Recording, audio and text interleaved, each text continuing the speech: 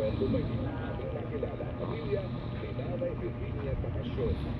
Sa 13 taon, ang maliit na barong-barong na ito sa ilalim ng tulay ang nagsilbi nilang tahanan.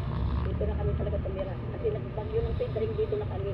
Sa ating pagbisita, walang makikita ni Mario sa kabilang tahanan. Sana mo sitwasyon. Kada agad po. So,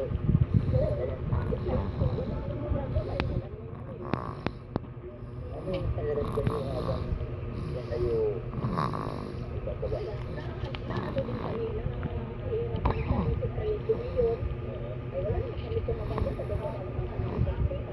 Hindi naman kayo nabibigyan sa ganun na Kasi ang bukas ang tubig, babalik din ang mga ano dito eh. Dito rin ang tubig eh.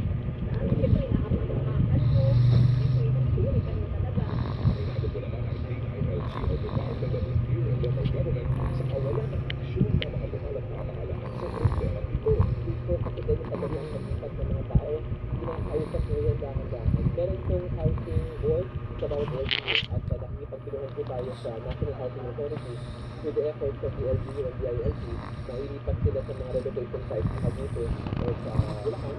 Ilang system, hindi na nga raw dapat umabot sa ganitong estado ang Manila Bay School. Noong pa man ay umaksyon na ang pamahalaan sa naging desisyon ng Supreme Court taong 2008 na nag-uutos sa iba't ibang government agencies na ayusin ang kalidad ng tubig dito.